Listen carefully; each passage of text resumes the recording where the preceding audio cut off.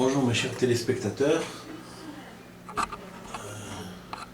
je vous reçois aujourd'hui dans mon bureau pour vous exposer un article que j'ai écrit au début de la Révolution, c'est-à-dire probablement une semaine après que les médias, vous savez qu'ils ont toujours censuré mes écrits, donc je profite pour vous faire une petite vidéo pour que vous imprégniez du mécanisme d'une révolution. Alors j'ai nommé cet article « Le creuset de la révolution tunisienne du 14-1-2011 » par Dr Benfisa Ahmed, Thawrat al-Sha'b al-Tounsi du 14 janvier 2011. Liberté, dignité, justice. Les tenants et les aboutissants d'une révolution ou la psychogénèse d'une révolution. L'origine de toute révolution dans le monde est la lutte des classes, les pauvres contre les riches. Il est bien entendu que pour qu'il y ait une révolution, il faut qu'il y ait insatisfaction.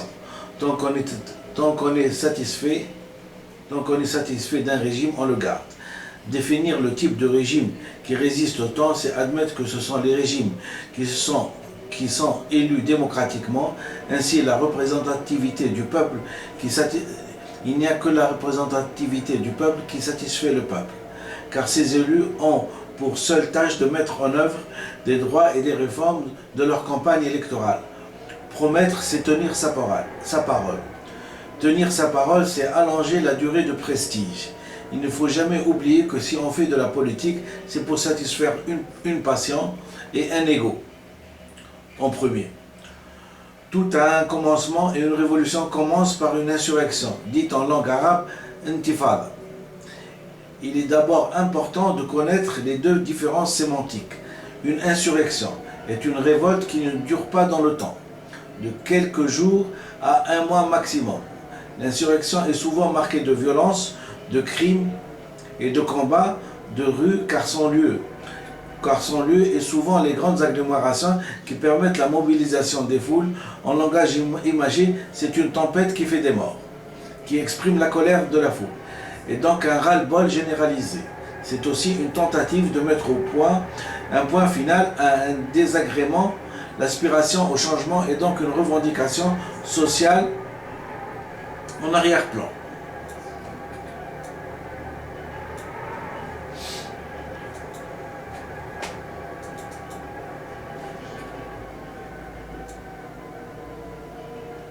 La thématique est facile à déchiffrer. Jusqu'à là, ça va. Au-delà, c'est non. J'affirme donc ma liberté de ne plus faire partie de cet équilibre. La revendication de la liberté est donc l'essence même de l'insurrection. Quand l'insurrection est réussie, elle est annonciatrice d'une révolution qui souvent aboutit à un changement de régime. Si elle ne réussit pas, elle est le plus souvent matée et réprimée dans le sang, dans les crimes et dans les emprisonnements. Une insurrection marque une rupture en langage psychanalytique, c'est une castration. C'est ce qui correspond à l'énoncé d'un interdit, d'un parent envers son enfant. Arrête de mentir, arrête de fumer. L'interdit est ici énoncé par la foule, à ses dirigeants, du point de vue descriptif. C'est aussi un état d'agitation désordonnée d'une foule, qui exprime à sa manière des revendications les plus souvent sociales. Cette levée des inhibitions peut être dramatique, car l'instinct de conservation des individus qui forment la foule, son seuil est abaissé, ce qui crée des morts volontaires. Des morts volontaires, entre parenthèses bien sûr, pendant les insurrections ou martyrs. La révolution du peuple tunisien. Thawra désigne la révolution qui dure dans le temps. C'est un processus réfléchi, concerté, qui n'est pas le fruit d'une excitation désordonnée, c'est la maturation et le développement d'un peuple. Ce qui correspond au développement d'un enfant qui passe de l'immaturité à la maturité, l'âge adulte, et donc qui passe de l'irresponsabilité civile à la responsabilité civile. Puisqu'en général, les réformes qu'elle enregistre ont un caractère irréversible et immuable. Les déclarations de l'homme, la déclaration des droits de l'homme ne sera jamais remise en question. Définir un révolutionnaire Un véritable révolutionnaire est guidé par l'amour des hommes, de la justice et de la vérité.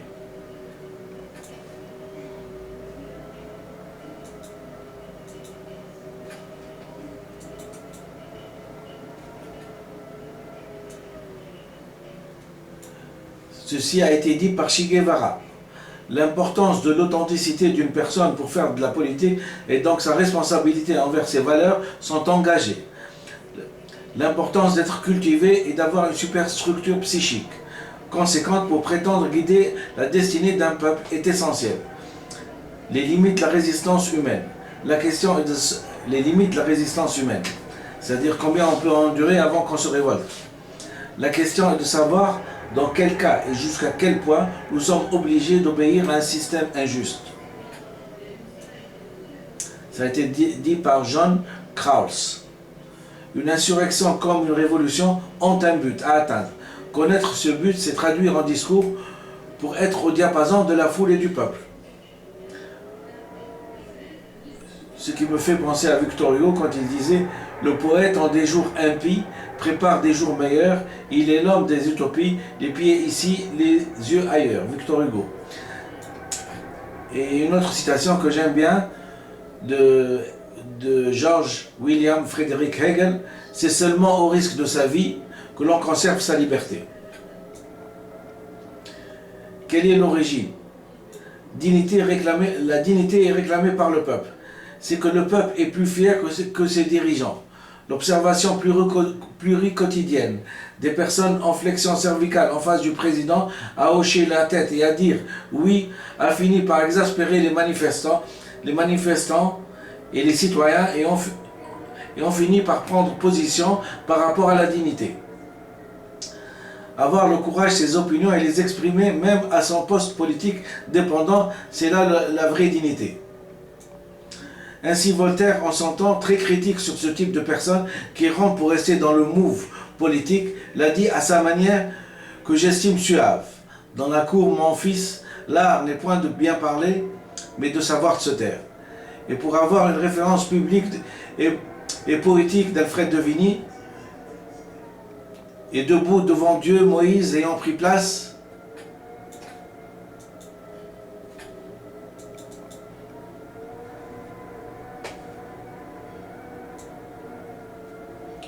dans le nuage obscur, lui parler face à face.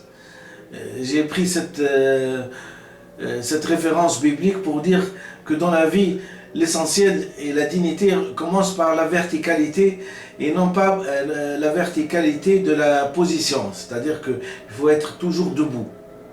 Il faut donc toujours être fier de ses opinions, de ses convictions politiques et ne pas transiger, parce que quand on transige sur ça, on transige sur la vie et l'existence d'une population ignorante de tous ces phénomènes.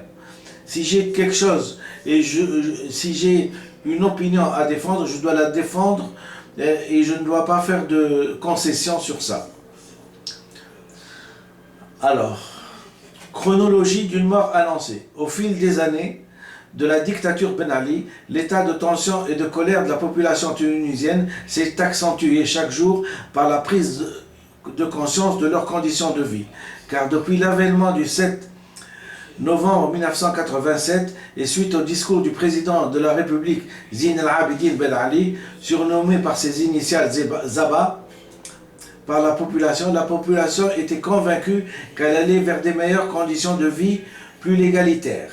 Mais juste plus légalitaires, plus justes, plus démocratiques. Le discours bien ficelé du 7 novembre 1987 est la représentation la plus parfaite des espérances les plus folles que la destitution de Bourguiba a créées.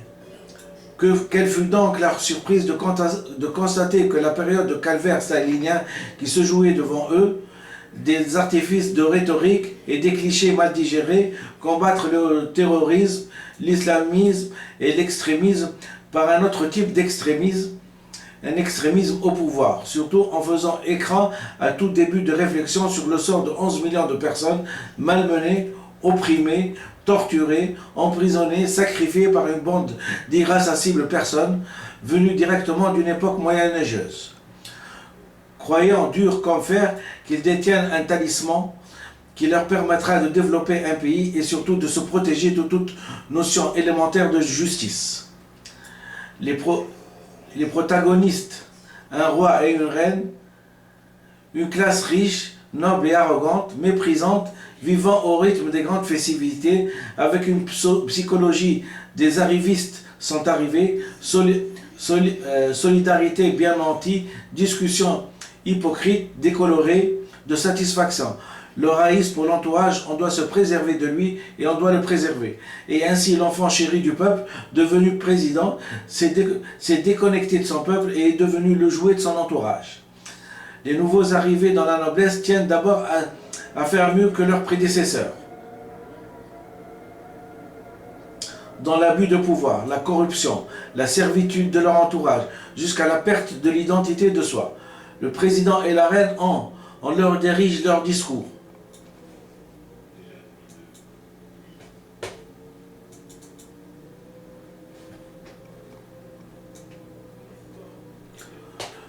Ce que j'estime pour ma part être un crime contre la population, car crédule la population naïve et ne demandant qu'à faire confiance, car les citoyens s'attachent à ce qu'il a été dit de façon officielle, comme par exemple la déclaration du 7 novembre, écrite par Monsieur Hedi Bakouche, ancien Premier ministre. Et c'est le meilleur moyen de ne rien obtenir de ces discours fallacieux, car dites ou récités sans conviction et sans connaissance véritable du possible et de l'impossible.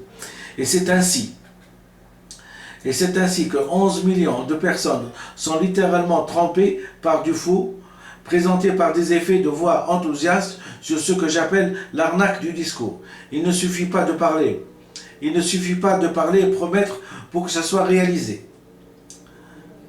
Ce phénomène du faux et de l'usage de faux du discours date depuis l'indépendance et tient sur ces dogmes qui ne résistent pas à une analyse scientifique de ce qui est connu pour le monde entier, à savoir le principe du développement. L'arbitraire politique, suffrage falsifié, l'hypocrisie sociale, l'artifice de calcul égoïste, l'amour-propre, la domination des passions funestes, la drogue, le pouvoir, la gloire et l'argent, l'homme faisant partie du clan est séparé de lui-même et des autres. Absence de communication avec le peuple. Mais pour eux, faisant partie du clan, l'aubaine était trop grand pour rendre la critique possible. Ils tissent des liens de sang avec l'ancienne bourgeoisie. Le clan pratique des malversations financières rapides, car on ne sera pas toujours dans la caverne d'Ali Baba et le portail peut se refermer. On ne sait jamais ce que peut nous préserver le peuple. Fortune mise en sécurité dans des banques étrangères. Enfin, la psychologie des petits escrocs, avides d'argent, quelle que soit son origine, convaincus que la justice, s'il y a justice, s'arrêtera à la frontière du pays.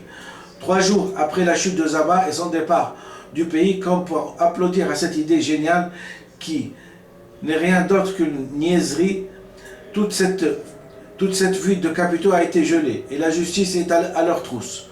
Drôle de spectacle mondial méprisant, dégradant pour la Tunisie. Cet appât du gain a une explication. La plupart des personnes du clan ont arrêté leurs études précocement. Oui, je n'ai pas poussé mes études comme je veux, je n'ai pas.